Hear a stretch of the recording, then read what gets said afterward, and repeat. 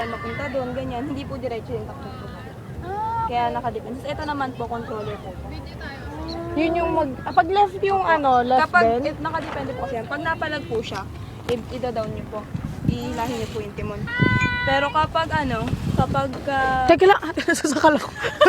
Nasasakal ako sa mga pangyayari. ito rin po kasi, kaya po ito iniin. Video!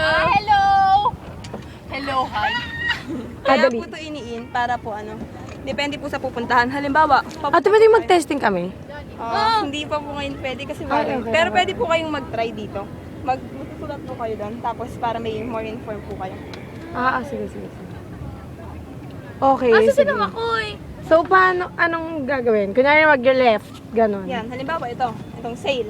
Napalag siyang ganyan. Yan. Okay. Pwede mo siyang ibabang ganito para maging lang siya.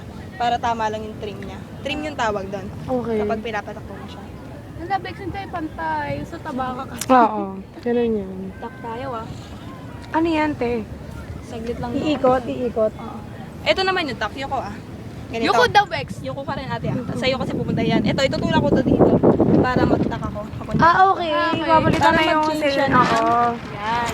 Yun po.